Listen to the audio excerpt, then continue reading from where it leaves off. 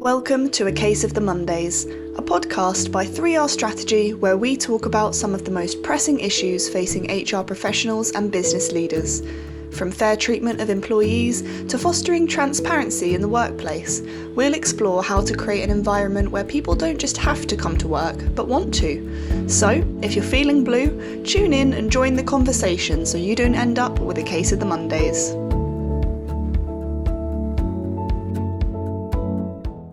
Welcome back to A Case of the Mondays, a podcast by 3R Strategy, a pay and reward consultancy where our vision is a world where organizations take a fair and equitable approach to pay, communicated clearly and honestly to their employees. I'm Ramesh Kleem, your host, and the podcast was set up to discuss all things HR, culture, and leadership. The title for today's podcast is Overcoming HR Career Challenges. I know many people in HR and people listening today are struggling with burnout and figuring out how to grow and develop your career. So I'm delighted today to have as my guest Fay Wallis, the host of the highly successful podcast HR Coffee Time. As well as being the host of HR Coffee Time, Fay is a career and executive coach specializing in empowering HR and people professionals to have successful and fulfilling careers. Welcome to the podcast, Fay. Oh, thank you so much for having me. It's wonderful to be here. No, thanks. I'm really excited to have you as a guest today. And usually when I'm recording the podcast, I have my cup of tea or coffee, and I've got my 3R Strategy mug. But today I've got my HR Coffee Time mug and my coffee because you kindly sent this to me after I was a guest on your podcast, and I don't want to offend anyone because I've been on a few podcasts, but I have to say it was probably my favorite podcast because it was, I think you really took the time to, you read the book as well in advance, and I really felt like, I got to know you on the podcast, and I'm looking forward to going deeper into your HR career, how you got into it, and I think maybe that's a good place to start. If you could tell us a bit about how you got into HR, because many people that I speak to, and probably the same for me, although I'm not really in HR, it's more sort of consultancy. But was it an accident? Was it planned? How did you get into HR? Well, first of all, Ramesh, I just want to say, yay, it's brilliant to see your HR Coffee Time mug, and I'm so pleased that you're enjoying using it. But even more so, it's wonderful to hear that you enjoyed being on the podcast. I absolutely loved meeting you, and it's wonderful to be here with you today. It's such a shame we don't live closer to each other, because I said to Ramesh when he was chatting on HR Coffee Time, I'd be making him my new best friend probably, and having to see me all the time, because it's been so lovely meeting you, Ramesh. But anyway, I better actually answer your question instead of rambling on. So how did I get into my HR career? I had never even heard of HR before. I didn't really know what it was until I was at university. Some people were coming round and doing talks, and a company called United Biscuits visited the university, and we went to hear them speak. And they had people from different departments stand up and talk.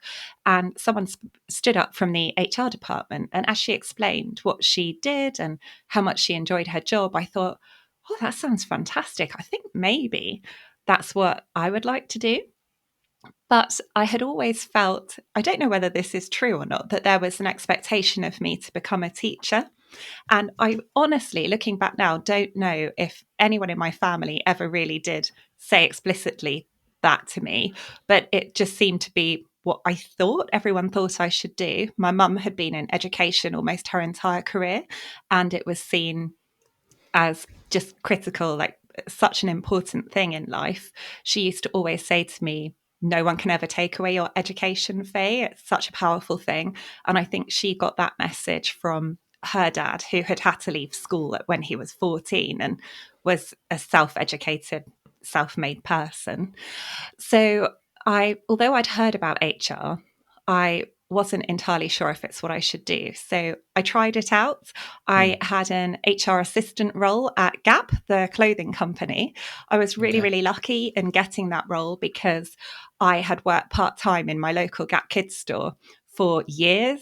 From when I was 16 or 17, I worked there as a Saturday helper, and I used to also work there a lot in the holidays. And then when I went to university, they would have me back every holidays. So when I thought, oh, I'm going to try out HR and see what it's like, I saw that they were advertising for an HR person. So I was so lucky. I think I pretty much got the role because they knew I had so much knowledge and understanding and passion for the brand. I had really enjoyed my time there.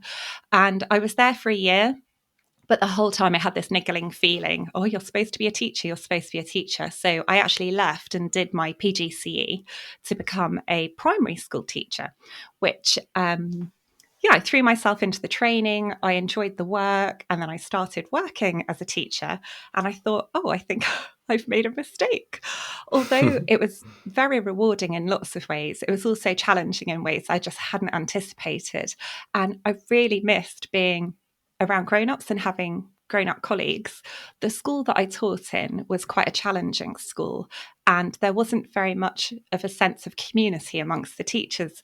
Looking back on it now, they could have really done with a good HR person. And in fact, perhaps if they'd had one, my career would be would have turned out quite differently, and maybe I would have stayed at teaching. So while I was there, I realised, actually, I'm not sure that this is for me. And so I went back into the world of HR, but it wasn't a pure HR role I then went into. It was an office manager / HR role. So I think anyone listening who's worked for a small organisation will probably be aware that when you go somewhere that's very small, they often don't have the need or the budget for a full-time HR person. So it was a hybrid role. But I'll stop there before you get my entire career history. You just asked me how I got into it. So that's the briefish version of how I got into it. Well, that's really interesting. So you did your PGCE. Yes, so I'm You a completed qualified it. teacher. Okay, yes, and because I also was close to doing my PGCE, and I thought about doing it because I used to teach on weekends, and as you know, it's a really rewarding job. Although it's really, I used to find that just teaching on Saturday more draining than my Monday to Friday job. But it's interesting. I wonder if there are many HR people out there or listening that also consider teaching as a career. And I wonder if that's sort of an HR thing. But what did you teach? Was it a particular subject, or did you do primary?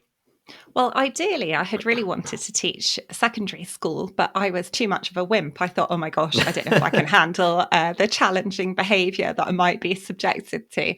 So I became a primary school teacher, and I ended up teaching year 5, which is 9 and 10-year-olds. And when you're teaching in primary school, you have to teach all the subjects, which was ironic because not being a very sporty person, I was slightly terrified about having to teach PE, and I can't play any musical instruments, so having to teach music was slightly terrifying. So I ended up doing some swaps with other teachers. I was quite good at IT stuff, so I used to take another teacher's ICT class for him, and then he would teach my class music, which worked out quite well. Ah, if only. If only we could swap roles like this in HR as well. Well, I don't know. Maybe we can. Yeah. As a host of HR Coffee Time, I guess you speak to a lot of HR people. And so what are some of the common challenges that you hear from HR professionals that they're facing in establishing themselves in their HR career or developing their HR career?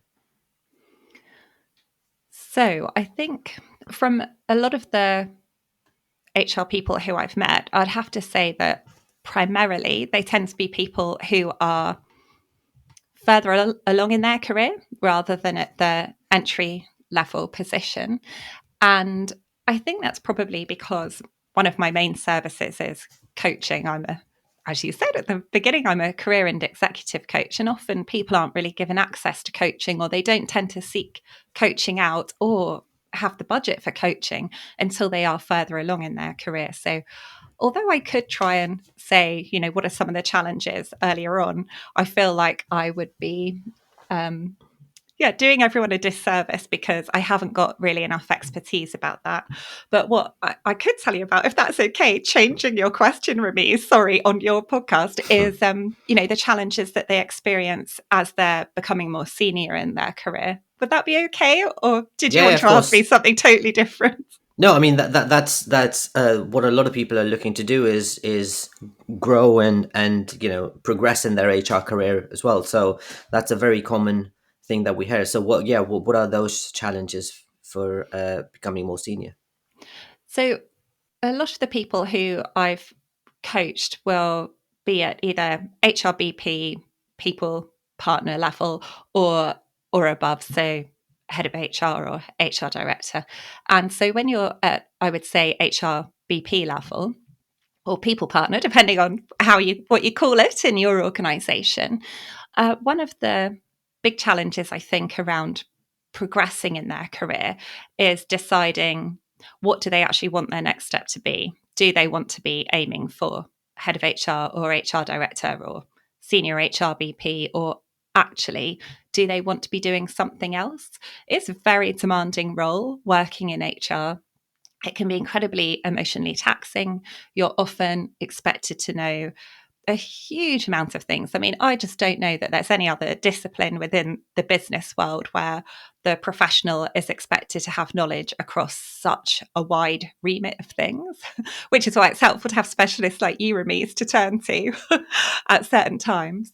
So that's one of the challenges. But I would say probably the key challenge is often confidence. Like, we all like to think that someone's going to tap us on the shoulder one day and say, "Oh, you're doing such a great job. We're going to promote you." And doing the reverse can feel a bit scary.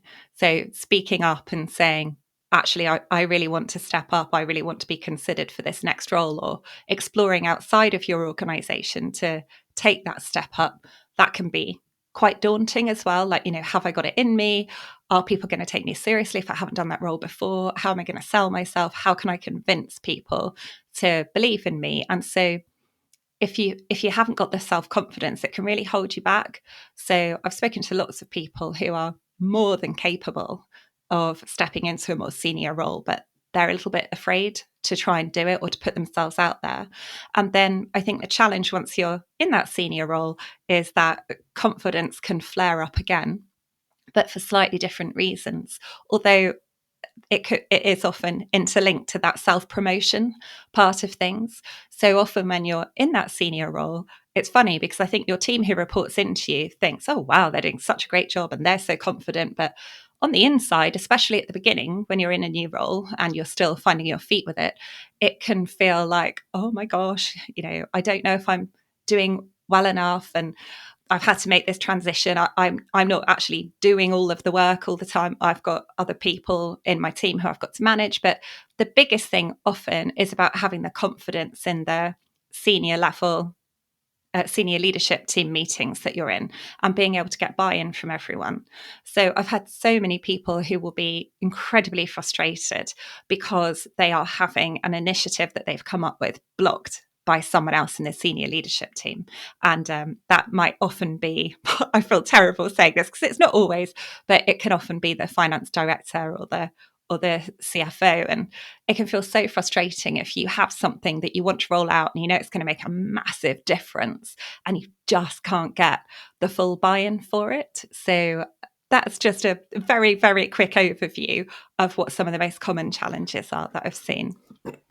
Yeah, it's funny because you mentioned the CFO or the finance director, and we sometimes see the same challenge within Reward as well. Because if you are, let's say we're working with an organization and trying to get them to be more transparent, have pay ranges and communicate everything to employees, that means that if you communicate pay ranges, you want to make sure that everyone is within those pay ranges, and so you might have to move some salaries at least to the entry level of the band.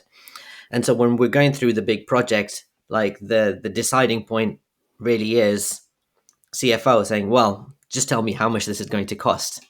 And so if it costs too much, then that brings a challenge to the project. So I think for a lot of HR, I think the finance department is someone that we work quite closely with. Even when I was in house, I think it's there's a lot of work to be done with finance, and I guess it's the important thing is whether it feels like a partnership rather than a blocker that's Yeah. stopping us from doing something.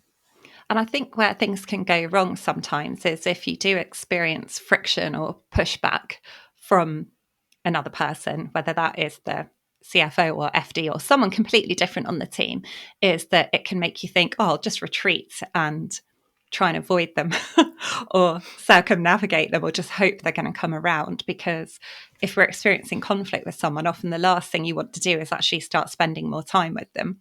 But counterintuitively, it's the reverse that is true. So just as you were saying about it being a partnership, I think that really is the key, is to really trying to invest in that relationship, even if it feels hard, because it's by doing that that you're able to build the trust and the credibility, and it become a real partnership rather than a bit of a battle of wills. Yeah. So one of the things you mentioned was self-promotion. And is this a challenge that some people that you speak to or you're giving coaching to face? Because when you're working in a corporate environment, I think there has to be, if you're looking to progress in the organization, that is something you have to do in most environments, is to promote yourself, but it just doesn't suit some people.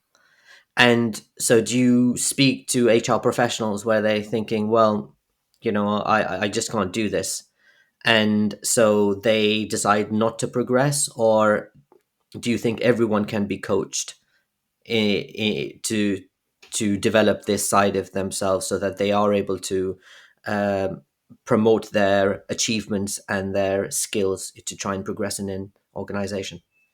Funnily enough, even though I use the word self-promotion with you, I don't think I normally use it. Well, I know I don't normally use it with my coaching clients, because I think for almost everybody, we shy away from the idea.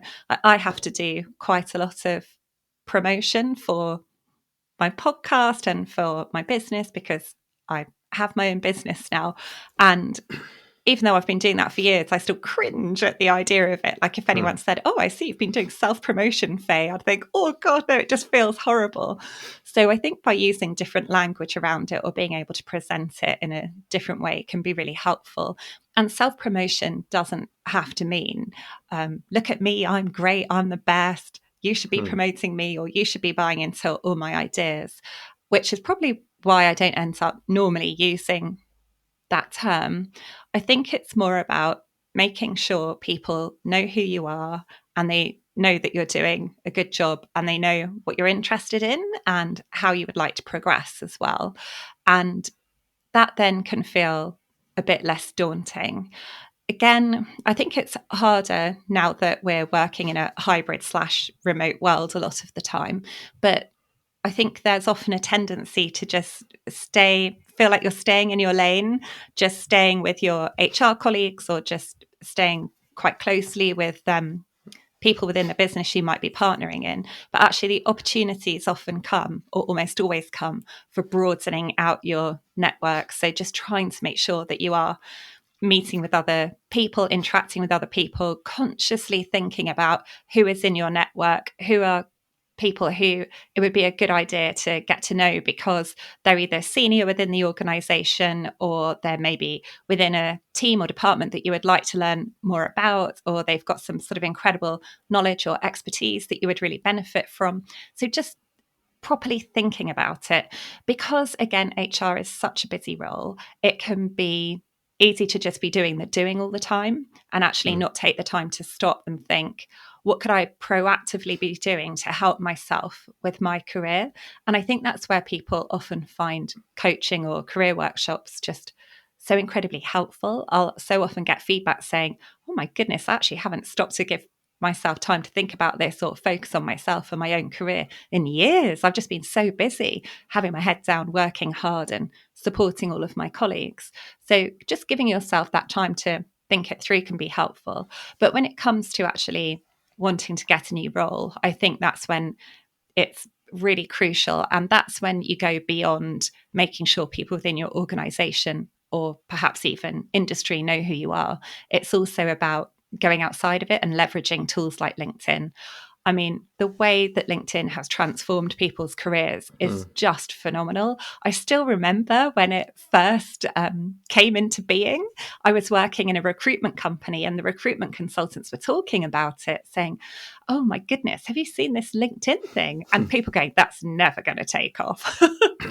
So it's amazing to see how it's changed. So then when it comes to coaching people, often if I'm coaching them around their career development, if that's internally, we'll often talk about networks. If it's externally, because they're looking for a new role, I'll really encourage them and coach them around using LinkedIn to start making sure that people know who they are, they can see what they're doing, they can start to build that trust in them and that belief in them. And so many people now are contacted about their ideal role because of what they're doing on LinkedIn. So the sort of dream scenario is that you never even have to apply for a new job. Instead, you're tapped on the shoulder electronically by a headhunter contacting you through LinkedIn. Okay. Yeah, no, I whenever somebody asks me about job opportunities, the first thing I always ask them is, what are you doing on LinkedIn? Is your profile updated? And because it's LinkedIn is more important than having a CV because it is your CV essentially.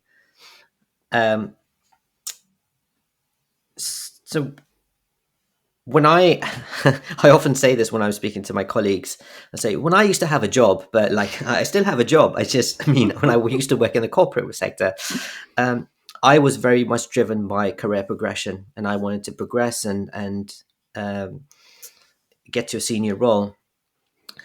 But at some stage, when I could see myself getting that, within reward, that top role, I just realized that, this is not what I want to do. Because sometimes you can imagine what it would be like to be in that senior role, but when you can see what they're doing, it's not as glamorous as it looks. And for example, in many reward roles, and I think it does vary by culture and organization, many reward roles, you're just working closely with the CEO and the CFO around different scenarios and how can I save money and how can I pay the execs more money and how can I pay everyone else less money. And I know that's it's not accurate for many organizations, but that's when I decided to leave and I thought, okay, I need to do something different. And I set up 3R strategy instead. Do you see that with many people that you coach is where they're looking for that progression, but they realize now that they don't want to do this anymore? And do you help them transition into a different career? And if so, what is the most common transition that you're seeing? Is it to HR consultants, or is it other types of HR jobs, or is it even outside of HR?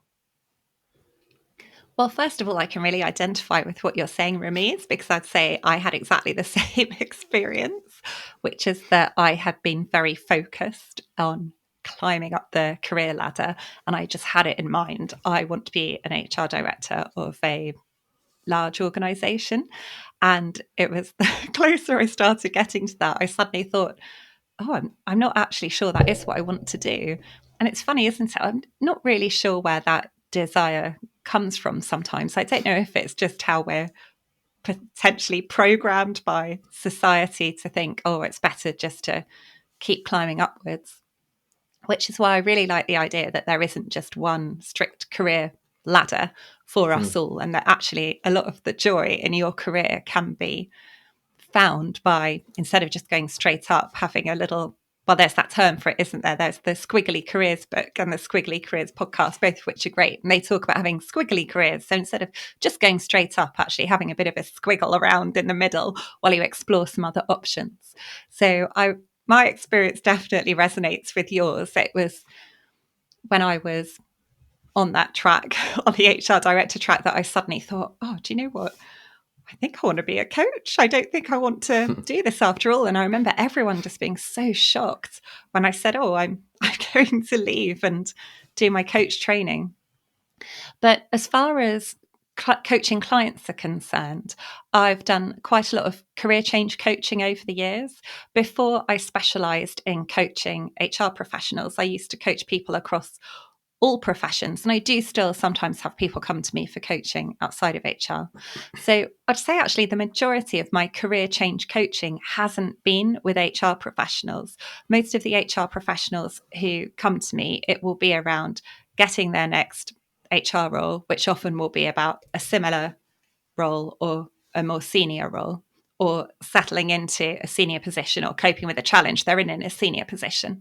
A lot of the career change clients who have come to me have come from other professions. Having said that, I have had some HR coaching clients come to me for career change coaching and go through my career change program, and they've had different outcomes. So one person decided that she wanted to become a coach, and that's what she's done. Another person decided that he wanted to set up his own L&D consultancy. So that's what he went and did. Another person I had was really questioning whether she wanted to still be an HRBP or do something completely different. And actually, having gone through the whole coaching program, she decided she did still want to be an HRBP. She was just in the wrong environment. So that feels like it's only a small sample of people to talk to you about explicitly when it comes to career change. But I think what I've discovered from career change across all professions is that often it's something about the immediate environment that you're in that is the problem, which is when you might make a decision, oh, HR still is the career for me, but I'm just not in the right place. Like it's either a values clash or the team that I'm in just doesn't feel right, or the leadership isn't quite right, or there's just something that's not quite right, but they're going to still enjoy the role if they put themselves into a different environment, or they really want to have autonomy, which is why they want to have consultancy, or they've got an entrepreneurial spirit, so they want to do, I guess, what you or I have done, Ramiz, and set up their own business. I guess as I'm talking to you about this, actually, it's really helping me realize as well just what I'm often saying, which is that we're all unique.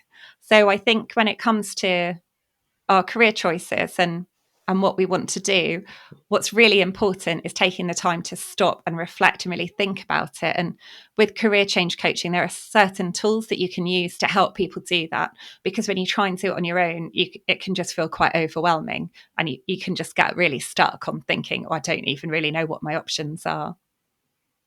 Yeah, no, it's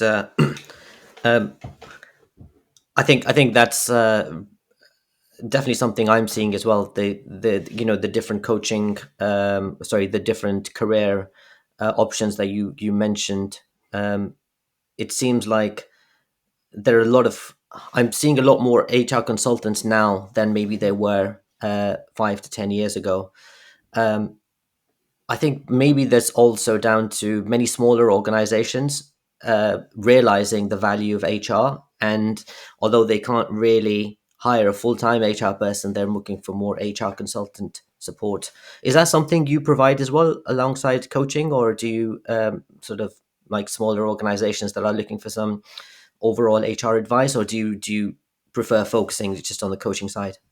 Well, when I first started out, so actually last week was my eighth year business anniversary, which I can't quite Ah, believe. congratulations. Thank you. It's just flown by.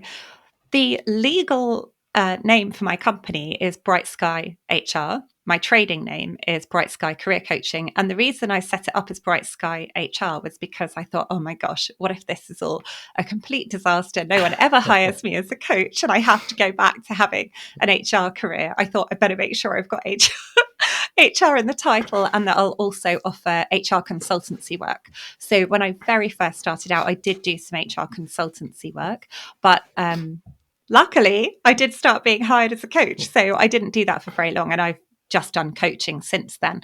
But I'm very lucky because of my work to have met so many fabulous HR consultants along the way. So if I'm approached about HR consultancy work, I'll ask, what is it that you're looking for? What's the kind of support that you need? And then I can normally signpost them to somebody else. Okay. When I first set up, I would say maybe the first 2, maybe even 3 years, I would get contacted on LinkedIn by recruiters and send these jobs. And I have to say, I used to get tempted thinking, wow, that's a nice salary. and, uh, but I resisted. Did you ever get tempted to go back in house when you were contacted by recruiters, or do you still get tempted at times, or do you now think, no, I would never go back? I love what I do. I have been tempted a couple of times. Which again would probably surprise lots of people because I really enjoy my work. I feel incredibly lucky to do what I do. But there have been a couple of times when I have considered it. There was one role that just ticked so many boxes. And I thought, oh my goodness, I could do all of the things that I really, really enjoy without having the same level of responsibility because it's not my business. So I thought about it for a split second, but then I said no. And I had someone else approach me about a partnership. So I suppose it wasn't actually going for an in-house role. It would be merging with them and going to effectively work for them. And I did really think about it because I was quite flattered. It can be quite lonely having your own Mm, business.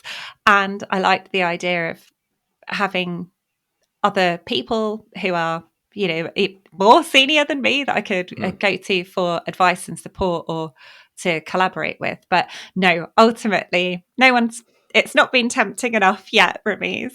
Yeah. Well, I know I noticed you said you thought about it for a split second, so not very long.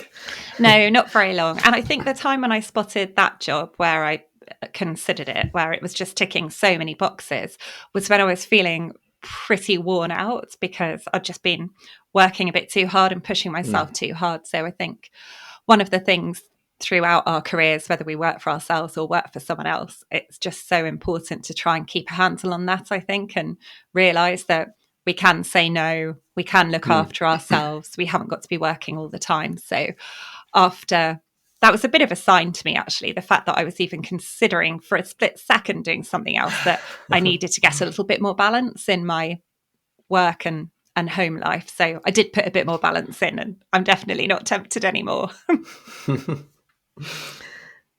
When you're coaching people in who are looking to get into an HR leadership role, are there any particular skills that you would recommend or try and coach them towards to say, if you want to be an HR leader, these two or three skills are critical? Yes, I think, well, I don't know if this is a skill, this is more of a mindset. It's the being able to let go of the feeling that you need to know everything. Hmm. So, as I mentioned earlier, HR is just so all encompassing. There are so many different parts to it. And also, depending on what kind of organization you're going into. So, if it's a medium sized organization or even potentially a larger one, you might have responsibility for reward, learning and development, talent acquisition, like all of these different things. Organization design. I mean, I could just rattle off so many different things. Employee experience. You cannot possibly, even if you were superhuman, be an expert in every single one of those aspects of HR. But a lot of people feel like they do need to be, and that's what holds them back. And I've noticed for the really confident HR leaders, they've been able to let that go and realize it's fine. I can have expertise in a couple of areas, and then I need to make sure that I've either got a team I can turn to for support with the other areas, or I've built up an external network of people I can go to talk to for advice or support, or bring outside consultancy in to help with that. So that's the mindset piece that's really important. As far as skills are, as far as skills are concerned, that you asked me about, I mean, there's just been so much said about this over the past few years about the requirement for HR to be more strategic. And I Hmm. completely agree with that. But I see people really doubting themselves and getting in a panic about it and thinking, am I strategic enough? What does being strategic even mean? Oh my goodness. Oh my goodness. So a lot of the time with coaching, actually, it's about being able to put that person's mind at rest, to be able to help them realize that they probably are being strategic. It's just that the word sounds slightly daunting, but if they are going for a leadership role, they've probably been operating in that way without even really recognizing it. So being confident that they have got the skills, if they have got to polish those skills up a bit, again, it's much easier than I think a lot of people realize. It's the same with almost anything, Ramiz, isn't it? But if no one's ever told you how or shown you what it really looks like, you can just really doubt yourself and worry that you're not up to it or you're not capable of it. So that's another skill that I think is particularly important. Another one, which they may well and probably do already have, is influencing. Because when you move into that senior leadership role, you have to influence everyone within that organization. You have to be able to influence your team if you've got people working for you. You have to be able to influence your peers, so people who are at the same level as you but sitting maybe in different departments. You have to be able to influence the entire workforce. Like if you're rolling out an employee engagement survey or a reward survey, perhaps, Ramiz, you want everyone to take the survey. You want everyone to get excited about the results. You want everyone to give you honest feedback. So the different ways that you influence those people at different levels, you need different techniques and strategies to do that. So often you might be really, really good, perhaps on a one-to-one basis, but it's about being able to pull back and think, how do I actually do this on a wider basis as well? Or it could be the other way around. You might have thought, oh, I'm doing great. I've had loads of experience of, getting buy-in at a much broader level, but you're very nervous about getting buy-in, like we talked about earlier, perhaps with one person who's proving particularly tricky. So, but again, they're all learnable skills. There's so many resources out there to help you with this. Often, I think with coaching, it's just about having someone be able to sit there alongside you and support you and encourage you to keep on going, and being able to identify what some of your strengths are in this area and how you can lean into them even more. Yeah, I think that's great advice around when you said you don't need to know everything.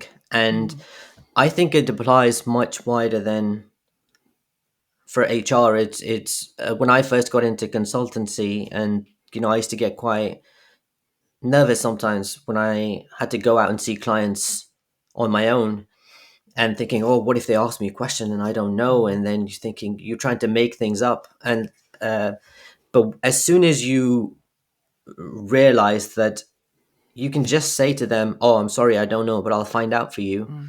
And they actually really appreciate that, because you're saving them a lot of time by doing the research and finding out and making sure that you are giving them the right answer rather than trying to make something up. So I think I know it can be difficult, but if we're able to do that, it's quite an easy step to make, is just to be comfortable saying, I don't know, but I will find out. Yeah, and you're right. I think you get so much respect from people. It's just we'll all have been there, Ramiz, when we've seen someone trying to blag their way through a situation, and you just think, oh no, I can see what's happening. This isn't great. It's not good for your credibility, and there's real strength and power, I think, in being able to say, oh, I don't know that, but I can find out. And yeah, you see it more and more, I think, when you do get comfortable at that senior level. You're right, it's not just HR professionals that's applicable to, but I see it a lot with HR professionals because of the breadth of knowledge that people feel they should have, which they shouldn't. And on your other point around influencing, I like to read, and I know you like to read as well. So I'm going to recommend a book which is called "Never Split the Difference," and it was written by a former FBI negotiator who talks about influencing skills and just very simple techniques that you can use to try and actually I read that book, and then I started using some of them in it's things like you will have heard things around mirroring and trying to really ask questions and not really trying to push people in a particular direction, but just trying to probe and question. So I would really recommend that to everyone. Never split the difference. Do you know what? I must read that, Ramiz. I have had so many people recommend that book to me. I know it's supposed to be amazing. There's another book about influence that I can recommend if you like. Yeah, of course. It's called The Elements of Influence, and it's written by someone called Terry Bacon. And I really like it because he talks about three main influencing styles. So one is rational, one is social, and one is emotional. And so for the rational one, that's about it can incorporate all sorts of things, but like stating, so this is what we're doing, just saying something very assertively. And so I guess it's like that old command and control style of leadership. You don't want to be using it all the time, but occasionally it can be quite good. Or otherwise, as far as logical is concerned, it can be about appealing to authority. So, well, we've got to do this because that's what the CEO has said. And authority can also be the law as well as a position within the organization. So you can say, if you do that, we're at risk of being taken to employment tribunal because employment law says, da, da, da, da, da. I'm sure many HR professionals listening today will be nodding along saying, oh, yes, I've used that one quite a few times. Yeah, you can't argue with Going that one. back, no, going back to that idea of self-promotion, a lot of people won't have told anyone that they might have a level 7 CIPD qualification, or they might have a master's in HR, or if they haven't got that, perhaps they've worked in HR for 20 years or got a huge amount of experience. They don't really tell anyone. You just expect that people know that, or they might be able to put letters after their name like associate, CIPD membership, or MCIPD, or fellow, and they're not doing it. So all those little things can actually influence by making sure you have got the letters after your name, by the fact that you do slip these things into conversation occasionally. So it's showing a logical reason for people to listen to you, whereas the emotional side of things is more about values-based influencing and modeling the way as well. So thinking, okay, as a HR leader, it's all very well saying something, but what are you actually doing? It's about walking the walk as well as talking the talk. And I always use an example of a senior person I used to work with she was the MD of the organization, started emailing everyone at 5 a.m. She'd get up really early to get her emails out the way before all the meetings. And although she said to everyone, I do not expect a reply, this is just to help me, everyone in the leadership team started looking exhausted because she was modeling leadership behavior. So she was, without meaning to, influencing them all to get up at 5 a.m. because they thought, if that's what she's doing, that's what I have to do. So really thinking, if you're an HR director, a head of HR, or you're heading that way and you're saying well-being is so important in this organization, but you look like you're going to keel over because you're working all of the hours and you're not taking any time off and you're not doing anything outside of work to help you with your well-being, then actually you're not going to really be able to influence people in the way that you want to, because they'll see you're doing something different. Whereas the social influencing is different. That can be about being able to influence through connections, through people, by asking for support from colleagues, by getting to know colleagues, by making sure people in the organization know who you are. So again, if you're very, very busy in your HR role, it can be easy just to get your head down, crack on with work. But actually, is there some sort of employee-wide communication you could be doing? Is there a newsletter you could be sharing? Is there an email you could be sending that shows a little bit of your personality, so that even in a massive organization, someone who may never get to see you face to face will feel like, oh, I know that person. I like them. I feel like I can trust them. I feel like they do care about the people within this organization. Another question I had for you was around, the different people that you've been working with on coaching. Do you have any examples or success stories around where people felt like they were facing these obstacles in their HR career and what you recommended to them or how you coached them to overcome them? Well, I think probably what's on my mind as you said that is I have a group program that's called Inspiring HR. And from doing lots of one-to-one coaching with HR professionals, I started spotting the same themes coming up again and again.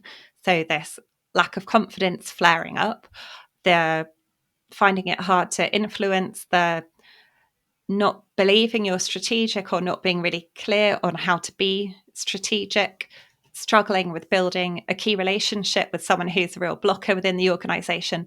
They were things that just kept coming up continuously. And in fact, they were also things that I could relate to because I had experienced them before in my HR career as well. So I thought, well, I wonder how I can help more people with this instead of just on a one-to-one basis. So I created my group program, Inspiring HR. And what that is it's a blend of, I guess, training and coaching. So I get to use the teaching skills, facilitation skills, as well as the coaching skills. Because if you think of a pure coaching perspective as a coach, that is supposed to be about empowering people to find the answers for themselves by giving people time to reflect and think, by asking them questions. You help them figure out a way forward. Whereas with mentoring or facilitation or training, you can also give advice or introduce more concepts and tools and things for them.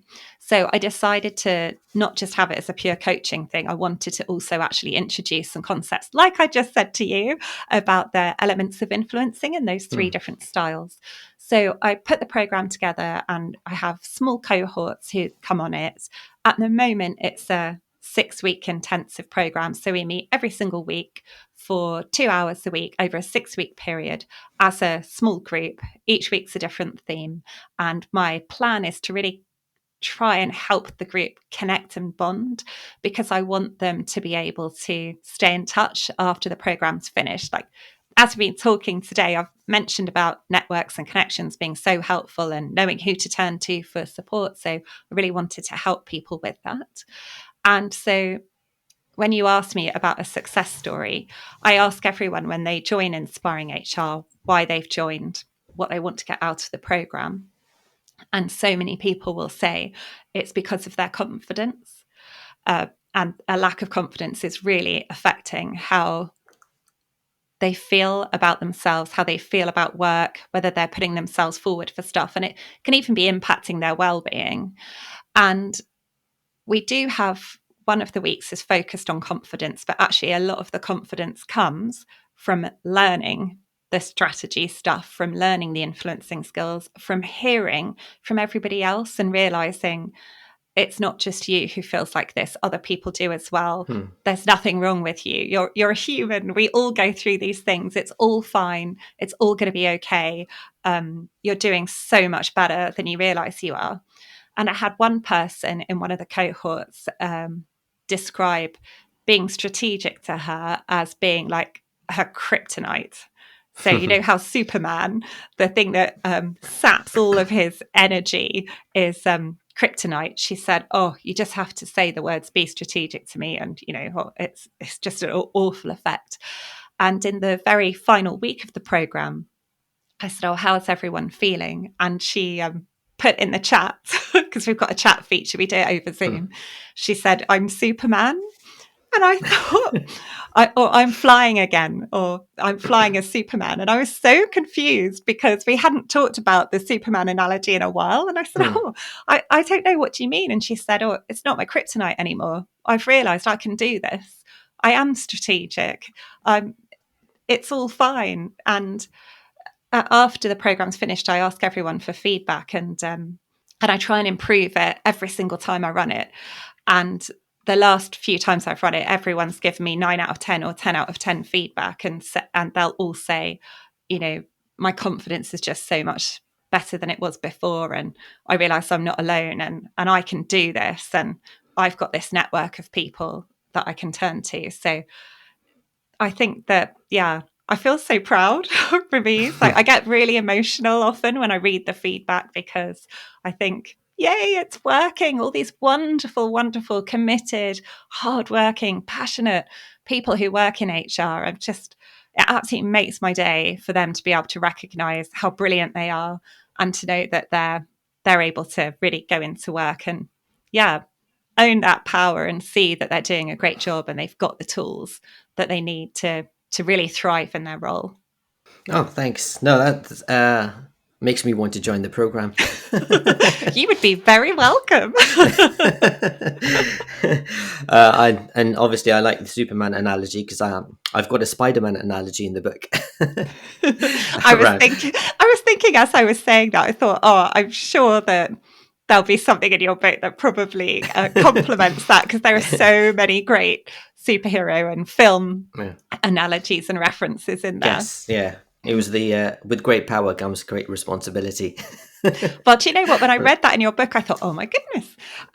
I used to have that as a slide in the influencing section. Oh, really? I may even put it back in, actually. For a long time, I had that as a slide, because the thing with influencing, of course, is that when you learn how to do it, if you were not a very ethical person, there is the potential to use these things in a way for harm rather than for good.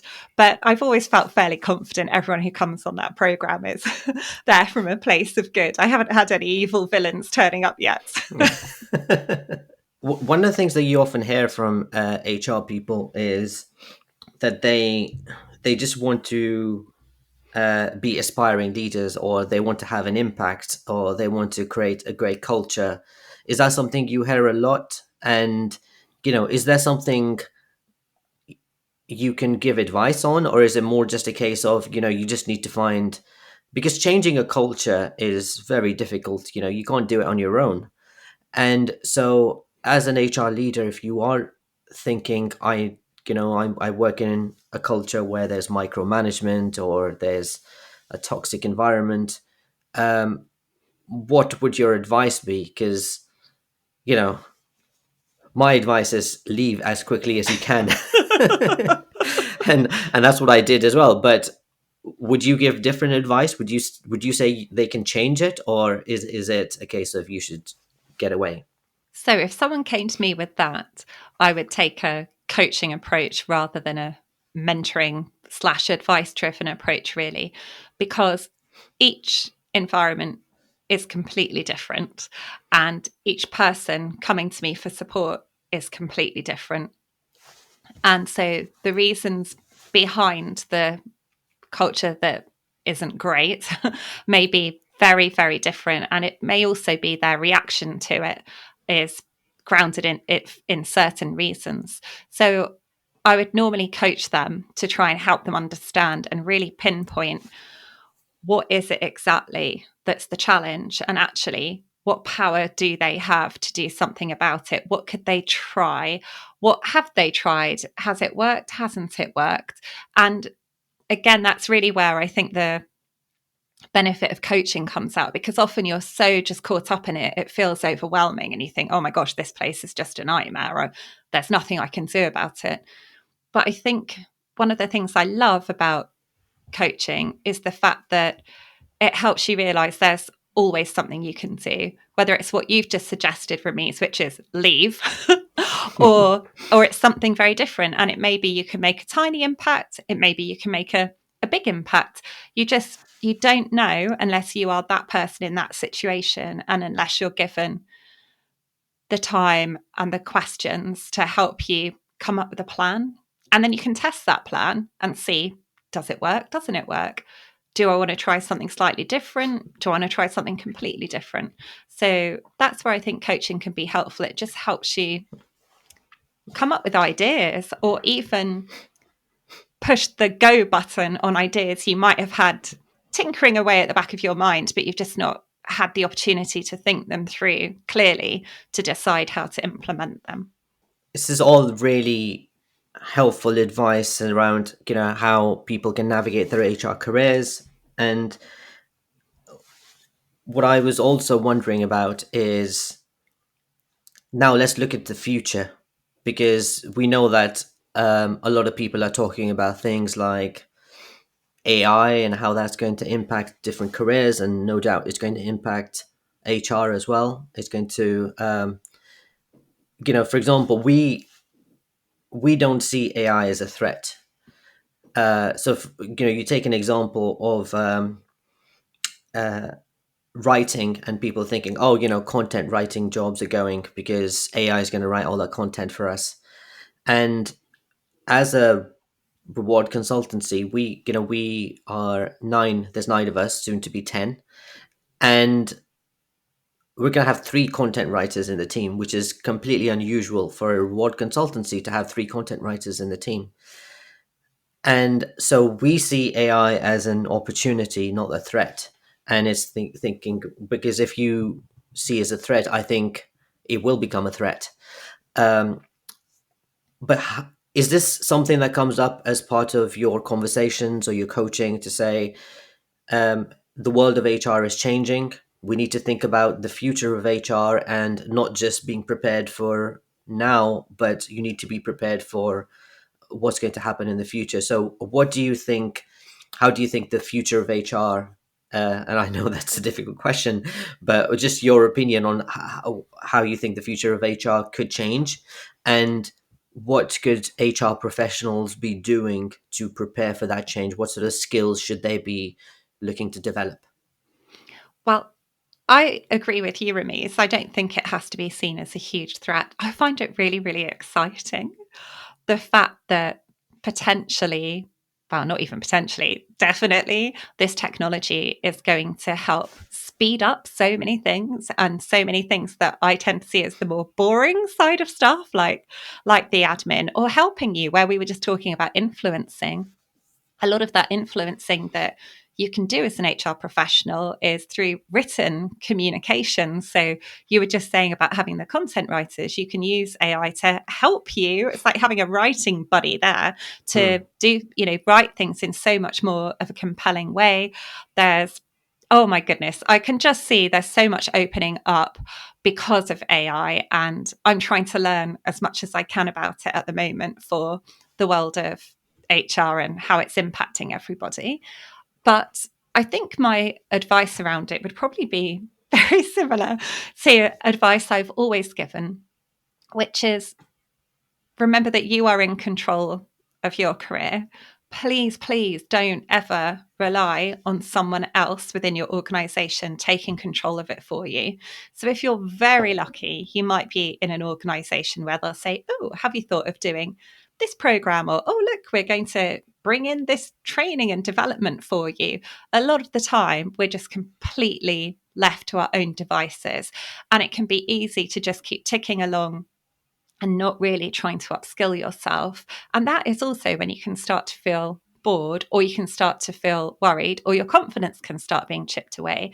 So I just really encourage you to spend time regularly, at least once a year, to just really sit down and think about, what am I enjoying about my role at the moment? What am I not enjoying? What are some of the skills that I could be investing in learning and upgrading that I think would really help my career and I'd be really interested in? And they haven't necessarily got to be the high tech AI skills. It might be something completely different, another specialism within HR.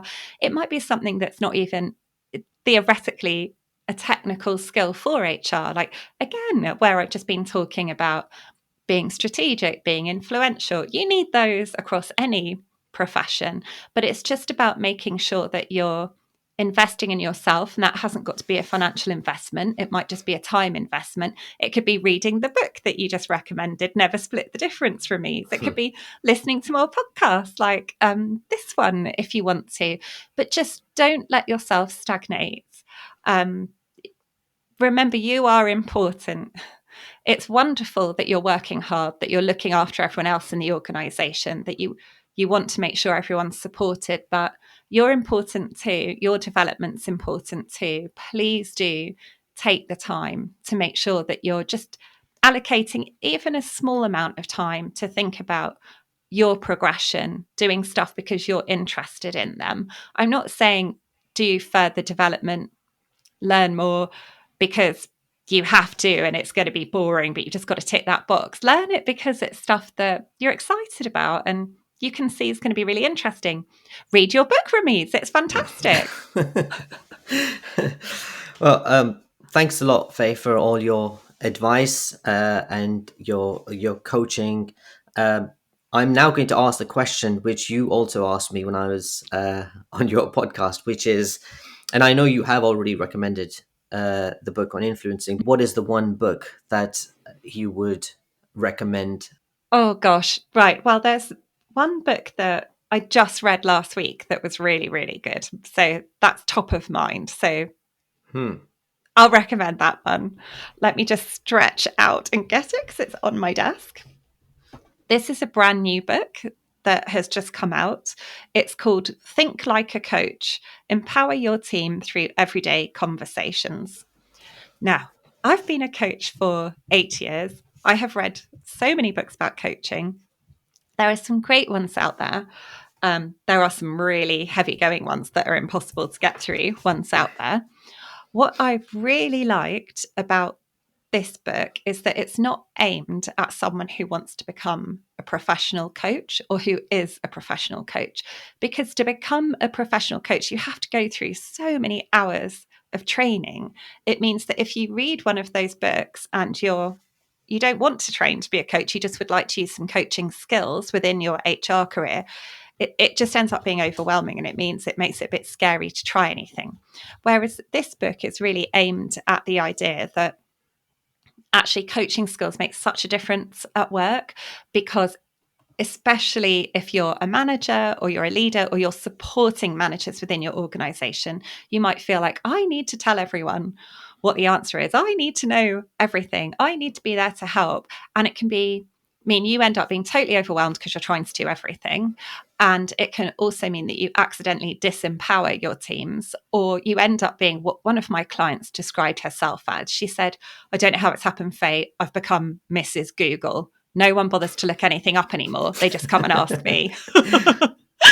And so I said, okay, how could we how could we overcome this? And she said, maybe I could ask some coaching questions like you ask me. And I said, yes, that's a great idea, because then they find the answer for themselves, or you coach them through the difficult situation without having to tell them what to do. It's so much more empowering.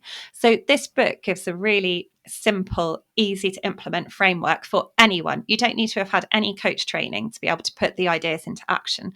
And it's also broken up into different sections. So it's got some great coaching questions that you can use for different things. So it talks about things like problem solving, goal setting, delegating, career conversations, performance appraisals. There are little banks of suggested questions that you can use.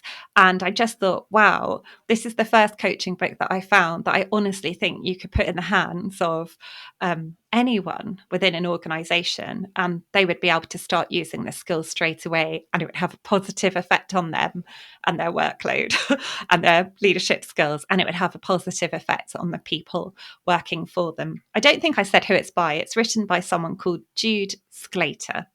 I think that's the key to a lot of books is you want those topics structured in a really simple way for you to understand and implement. Because often when you're trying to learn things, when I was trying to learn about reward, it's just everything is just so, it's written like an academic book, and it's it's difficult to understand. So I've got 2 books now added to my Audible list. So thanks again, Faye, for joining the podcast today. If anyone wants more information or to get in touch with Faye, what is the best way to contact you? So my website is Bright Sky Career Coaching. There's a contact form that you can use to get in touch if you've got any questions. Or, of course, please feel free to reach out to me on LinkedIn. I'm on there quite a lot. As myself, Fay Wallis, I have had a few people say to me, you're not on LinkedIn, Faye. And I've had to say, oh, have you been spelling my name right? Because I don't know why, but I haven't got an E on the end of my name, Fay. So it's just Fay. And then Wallis is spelled Wallis. I'm just spelling it out because I know so many people have tried to find me with various spellings. So please do feel free to connect. And if you want to let me know what you thought of the episode, I would absolutely love to hear that. That would be wonderful. Yes, please do. If you have any questions for Fay, then do send them in.